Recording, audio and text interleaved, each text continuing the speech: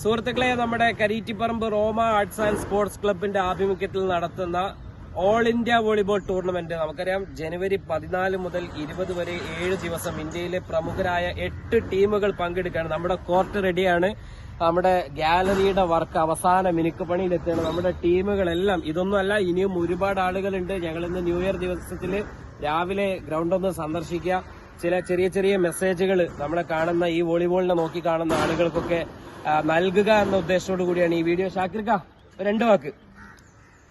നമ്മളെ കരീറ്റിപ്പറമ്പിനെ സംബന്ധിച്ചിടത്തോളം നമ്മളൊരു ചിരകാല സ്വപ്നം എന്നൊക്കെ പറയുന്ന പോലെയാണ് ഈ ഒരു വോളിബോൾ ടൂർണമെന്റ് ഇവിടെ നടക്കാൻ പോകുന്നത്.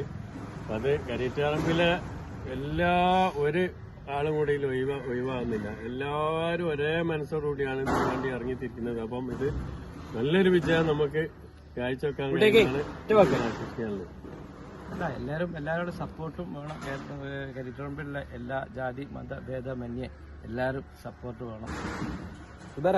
ഈ ന്യൂ ഇയർ ദിനത്തിൽ റോമ ആർട്സ് ആൻഡ് സ്പോർട്സ് ക്ലബ് ഈ പരിപാടി നടത്തുന്നതിന് എല്ലാവരും ആശംസകൾ അറിയിക്കാം. കരീറ്റിപ്പറമ്പിലത്തെ ഒരു കൂട്ടായ്മയാണ് ഇപ്പോൾ അത്.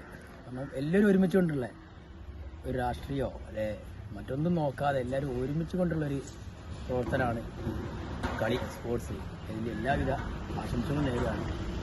കരീറ്റിപ്പറമ്പ് ഉത്സവ ലഹരിയിലേക്ക് പോവുകയാണ്. വോളിബോളിന്റെ ഉത്സവ ലഹരി ഇനിയുള്ള ദിവസങ്ങളിൽ വളരെ സജീവമായിട്ട് എല്ലാവരും രംഗത്തുണ്ടാവണം. ഉത്സവ മാമാങ്കത്തിന് എല്ലാ പിന്തുണയും അറിയിക്കുന്നു. ഒരുപാട് ദിവസത്തെ പ്രവർത്തകരുടെ ഊണും ഉറക്കും ഒഴിച്ചിട്ടുള്ള ഒരു പ്രോഗ്രാമാണ്. അപ്പോൾ അത് വലിയ വിജയമാക്കേണ്ടത് നാട്ടുകാരുടെ ആവശ്യമാണ്. എല്ലാവരുടെയും സജീവ പങ്കാളിത്തം ഉണ്ടാവണമെന്ന് അഭ്യർത്ഥിക്കുക. ഈ വോളിബോളിന് എല്ലാവരും അരയും തലയും മുറുക്കിയിട്ട് ഇറങ്ങണമെന്ന് പ്രത്യേകം അറിയിക്കുന്നു. ഈ കരീറ്റിപ്പറമ്പിലെ ഈ ഉത്സവത്തിന് എല്ലാവിധ ആശംസകളും നേരാണ്.